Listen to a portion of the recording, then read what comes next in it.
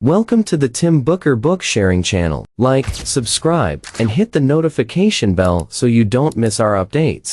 Let's explore the world of books together. Today I'm interpreting the book Rich Habits for you. The author of this book is Thomas C. Corley, a renowned American accountant and certified financial planner who founded an accounting firm, providing financial services to over 1,000 small businesses and individuals.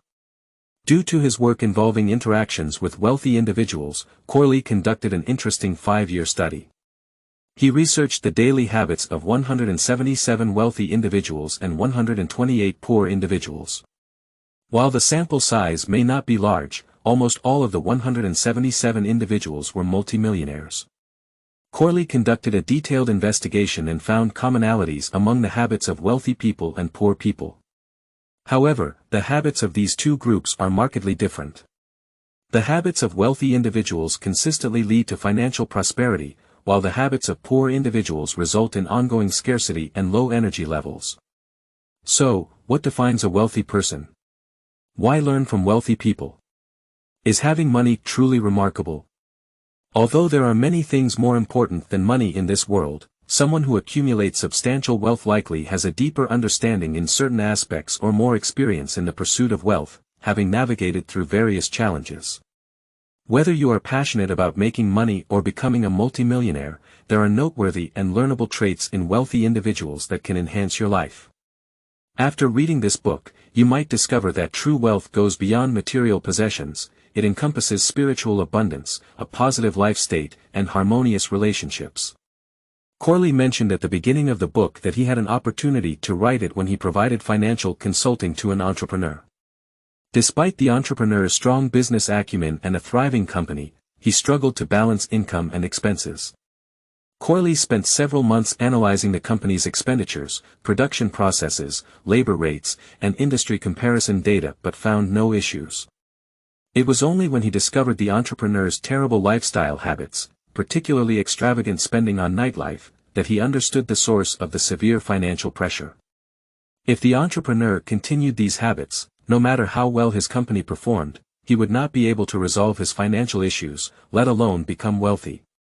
The author's definition of wealthy is unique. Earning a lot of money alone doesn't qualify. To be considered wealthy, one must achieve financial wealth, maintain a balanced budget, and have a healthy life state. If these aspects are not sustainable, one cannot be considered wealthy. Furthermore, to better reflect the traits of wealthy individuals, Corley deliberately selected those who built their wealth from scratch, self-reliant individuals, rather than those who gained wealth through winning the lottery or inheriting fortunes. The theories in Rich Habits have been published in over 20 countries on hundreds of media platforms, changing the global reader's perception of the rich. Contrary to the common perception of the rich as more comfortable and leisurely, this book reveals that wealthy individuals are actually those who understand planning and patience. I will interpret Rich Habits in 2 parts. The first part focuses on the term wealth, exploring habits that lead to increasing wealth and those that result in scarcity or even depression. The second part emphasizes the term habits, delving into how to cultivate good habits to improve both life and career. In this section, I will analyze the habits of wealthy individuals in 3 aspects: daily life, personality traits, and interpersonal relationships. Firstly, what are the differences in daily behavior between wealthy and poor individuals? The most significant distinction is that wealthy individuals are more cautious in their words and actions. In the private lives of the wealthy, there are habits of restraint. If you examine the daily schedule of world-class billionaires, you'll find that their workdays are often intense. They are energetic and maintain good physical health. Wealthy individuals generally care about their physical well-being and understand the importance of health. According to Corley's research, 76% of wealthy individuals engage in aerobic exercise for at least 4 days a week, spending 20 to 30 minutes on activities like running, jogging, walking, cycling, or swimming. These exercises don't necessarily require a gym and can be done regardless of one's economic situation. In terms of diet, even with busy schedules, 75% of wealthy individuals avoid fast food restaurants selling fried foods. The reason is simple: fast food may be tasty, but it can lead to health issues like obesity. Wealthy individuals prioritize health over taste. Their decision-making is not based on immediate desires but on the long-term benefits accumulated over time. Similarly, wealthy individuals approach shopping with rationality, avoiding impulsive spending to satisfy short-term desires and instead carefully planning their finances. Wealthy individuals 85% of them read at least 2 books per month, and 88% read for at least 30 minutes every day. What do they read? 51% prefer history books, believing that learning from past stories can provide solutions to current challenges. Additionally, 55% read personal development books, and 58% read autobiographies of successful individuals to study the experiences of predecessors.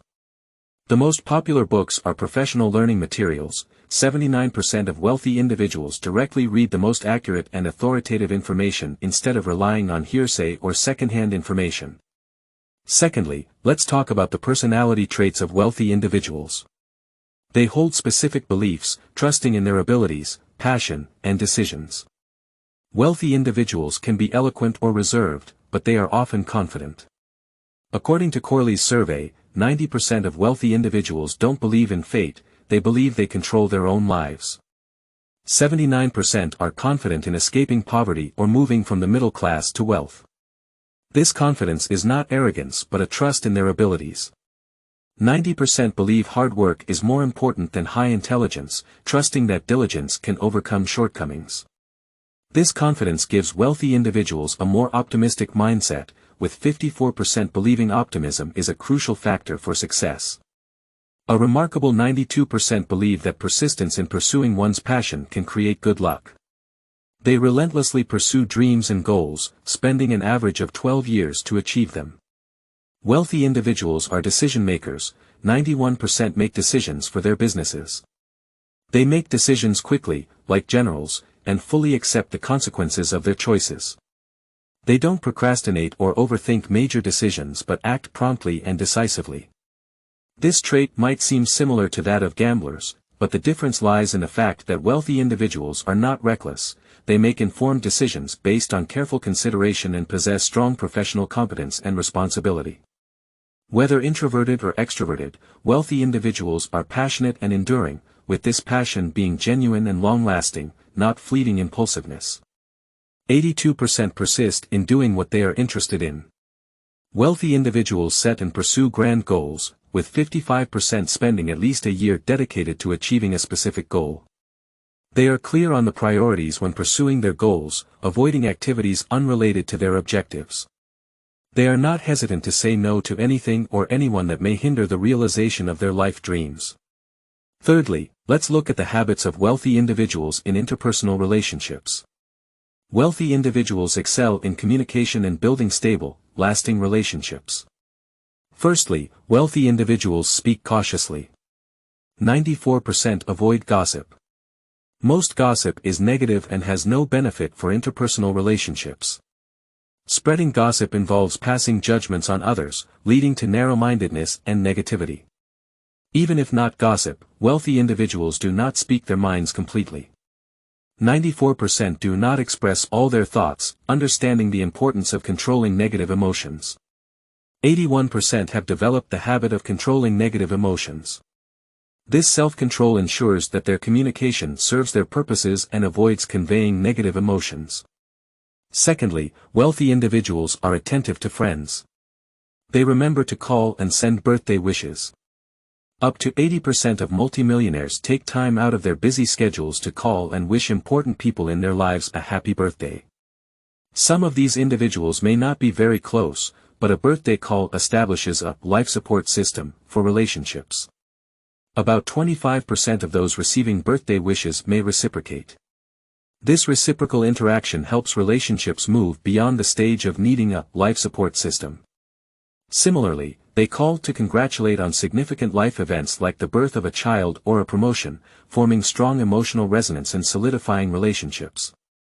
Wealthy individuals have many loyal friends, but people often attribute it to their wealth, overlooking the effort they put into maintaining these relationships. Although wealthy individuals do thoughtful things to maintain relationships, they believe honesty is the best communication strategy. 85% insist on telling the truth and avoid even well-intentioned lies. Consistently speaking the truth not only gives wealthy individuals an honest and trustworthy image but, more importantly, earns them self-respect. Wealthy individuals typically have high self-esteem, and lying is a moral degradation. Moreover, the cost of rectifying a lie is too high. Some may benefit momentarily from deception, but most multimillionaires prefer not to expend their energy maintaining lies.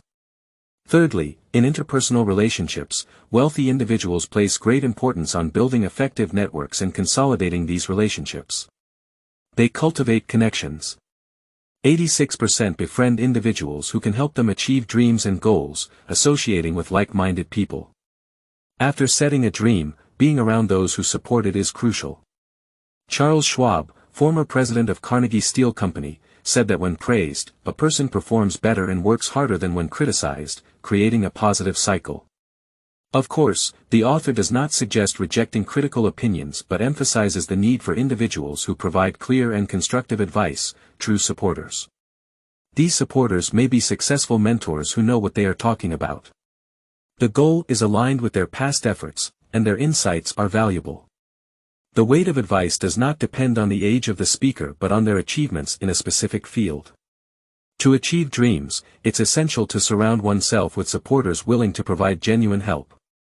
For those offering only negative criticism without constructive suggestions, just as one would distance themselves from gossip groups, wealthy individuals decisively steer clear. After discussing the habits of multimillionaires, in the second part, let's reconsider the concept of habits. David Hume once said that habits are the best guide in life. The author also believes that habits are the mother of luck. A good habit can bring good luck. Don't envy those who claim to be lucky. It's likely that they have some good habits they haven't realized yet. The author identifies 4 types of luck. There is random good luck, such as winning the lottery, and random bad luck, such as sudden accidents or a tree falling on a house. These 2 types of luck are beyond ordinary people's control and are not discussed. However, there are 2 types of luck that we can change. The third type of luck is called opportunity, which is a byproduct of good daily habits. Good habits are like apple trees, we loosen the soil, plant the seeds, and diligently cultivate them. After a while, the apple tree blossoms and bears fruit, and the apples on the branches are our good luck, or opportunities. The fourth type of luck is misfortune. Just like good habits, bad habits are seeds that take root, sprout, grow, and ultimately bear the fruit of misfortune, such as losing a job, failed investments, divorce, illness, and so on. These 2 types of luck may seem mysterious, but they are the result of our everyday behavior. To achieve success, we must attract the right luck. Success faces many obstacles, and procrastination is the biggest obstacle. The author believes that procrastination is a typical habit of the poor. Furthermore, procrastination hinders the development of good habits. Therefore, to cultivate good habits, one must first address procrastination. Even if you are a genius, once you develop the habit of procrastination, you will end up being mediocre. One of the main reasons for procrastination is a lack of passion for the work on which one relies for a living. Let me share a discovery with you. If you open the internet, you will find many people self-deprecatingly claiming to have chronic procrastination. I used to be like that too, and if you have this habit, please make sure to change it. Let me share my story.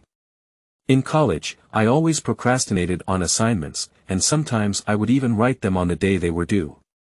So, I considered myself a procrastinator and often labeled myself as such. However, I didn't realize how dangerous this behavior was. Once a thought forms in the mind, corresponding actions follow. Once habitual thoughts take shape, we form our own habitual thinking. We will keep repeating our previous thoughts. I became more and more procrastinating, and I even seemed a bit proud, saying, "I'm a procrastinator, that's just who I am." Stop. This "I am who I am" mindset is just a way for me to confirm my existence. Later, I found that this kind of thinking was not beneficial to me. As long as I was willing, I was actually a person who could work, write, and read very fast, and I could always drive myself to efficiently and high quality complete the most important tasks. If, in my freshman year, I didn't label myself, maybe I would have turned this flaw into an advantage a few years earlier, changed the habit of procrastination, and accomplished more. In the book, the author provides some tools to cure procrastination. I summarize them into 3 points. If you follow them, perhaps you can become a person without procrastination. First, have a to-do list every day. Successful people use a to-do list to help themselves complete tasks.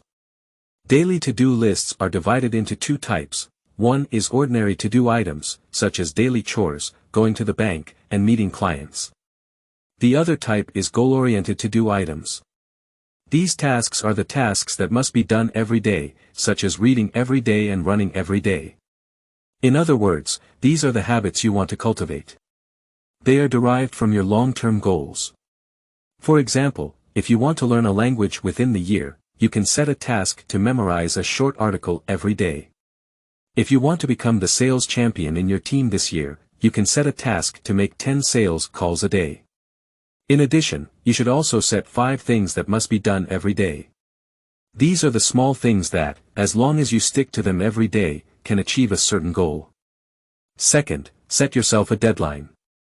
If we set a deadline for a task and tell a third party about this deadline, this person becomes our accountability partner and will exert pressure on us to complete the task. Moreover, when we are under the scrutiny of others, we often perform better. Third, tell yourself, do it now. Instead of saying you have procrastination, it's better to change your mantra. The author says that now he just needs to constantly repeat, do it now, in his mind, and this constant self-brainwashing makes him start working on tasks that have been accumulating for a long time. If you are no longer plagued by procrastination, you can try to change your previous habits. See which habits are good and which are bad. The method is simple, just follow along. You need to find a piece of paper, fold it vertically, and on the left, write down everything you did in a day, like writing a ledger, 1 thing per line. For example, 1. In the morning, I lay in bed and watched a video for 10 minutes before getting up. 2. Brushed my teeth after getting up, listened to a book while brushing. 3. Had breakfast, ate yesterday's leftover cake, felt stuffed after eating. 4. Took a taxi to work, continued listening to a book on the way. Then, evaluate your current habits. Put a plus sign after a good habit and a minus sign after a bad habit. For example, watching a video in bed in the morning is a bad habit, so put a minus sign. Listening to a book is a good habit, so put a plus sign. Eating too much for breakfast is a minus sign. You see, with this table, it becomes clear what needs to be corrected. No wonder I gained weight because I used the time I originally spent on morning exercises to watch videos and even managed to squeeze in a cake. No wonder I spent so much money recently because I took a taxi and spent a lot of money. This table is your habit awareness table. Changing habits must start with being aware of them.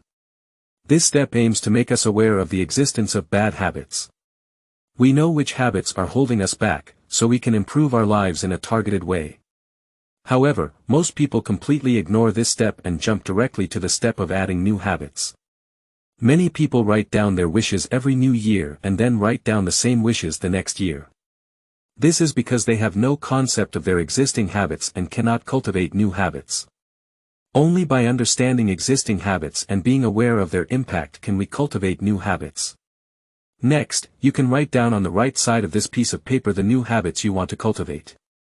For example, you can write next to, watching a video in bed for 10 minutes before getting up, this morning, as soon as I woke up, I got up and did gentle morning exercises, and I felt awake.